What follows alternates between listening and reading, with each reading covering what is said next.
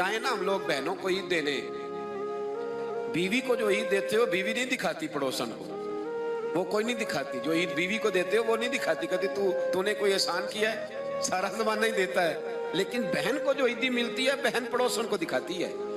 वो रखी होती है उसने चौक में, कहती मेरा भाई दे गया है, वो दिखाती है, उसके अंदर दर्द होता है। तो जो तू बेटी को देगा ना, बेटी को, और बेटी तो तेरे पुराने कपड़े भी संभाल के रखती है। बेटी तो तेरे पुराने, बेटी तो 2-2.5 साल की भी हो तो ननिहाल गई हो तो अब्बे का टूटा जूता भी उठा लाती है, कहती मेरे अब्बा जी का है। तो जो तेरी असल मुहाफिज है, जो तेरी असल निगरान है, जो तेरी असल ड्यूटी, मैंने कुछ दिन पहले एक बात पढ़ी थी और मैंने एक जगह बयान भी उसको किया। मुझे किसी दोस्त ने मजमून भेजा, कहने लगे साहब पढ़िएगा।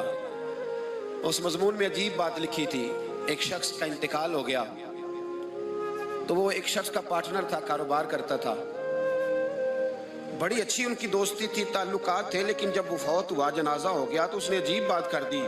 उसके पार्टनर ने, उसके शराकतदार ने, उसने कहा कि मैंने मरने वाले से 45 लाख रुपया लेना है, इसके वारिस पहले पैसे दें फिर दफन करने दूंगा। कितने पैसे? 45 लाख रुपया, पहले पैसे रखो फिर दफन करने दो। उसने बात कर दी, मसला बन गया। घर जाके बताया, खबर दी कि वही तुम्हारे 2-3 बेटे भी शरीक थे, भाई भी शरीक थे। जब कहा कि मैं नहीं दफन करने देता तो वो बेटे और भाई कहने लगे कि हमें तो पता है नहीं भाईजान ने कितने पैसे देने, ऐसे जो मुंह उठा के आएगा हम पैसे दे देंगे। पहले तहकीक होगी, तफ्तीश होगी, देने भी हैं कि नहीं देने, इतनी बड़ी रकम है।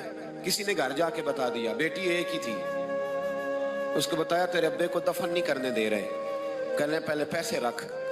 तो बेटी अमीर बाप की थी तो जरा अमीर घर में ब्याही गई, उसने सारा ही जेवर उतार के दिया, कहने लगी ले जाओ, 10-15 लाख का होगा, मेरे चचा को कहना ये रख ले और मैं बाकी का भी जल्द इंतजाम कर दूंगी। मैं तहकीक नहीं करती कि अब्बा ने देने हैं कि नहीं, पर उसे कहो मेरे बाप की मैयत का तमाशा ना बनाए, उसे दफन करने दे, ये 10-15 लाख का जेवर रख ले, मैं बाकी भी जल्द इंतजाम कर दूंगी।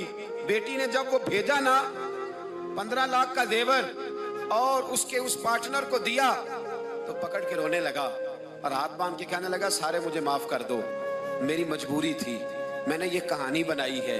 कहा बात क्या थी? तो कहने लगा ये मरने वाला कह गया था मुझे मरते वक्त कि मेरे बड़े वारिस निकलेंगे, मैंने सबको, अपने बेटों को, भाइयों को बड़ा दिया है जिंदगी में, ये मेरा 45 लाख रख ले और जरा देखना मेरे मरने के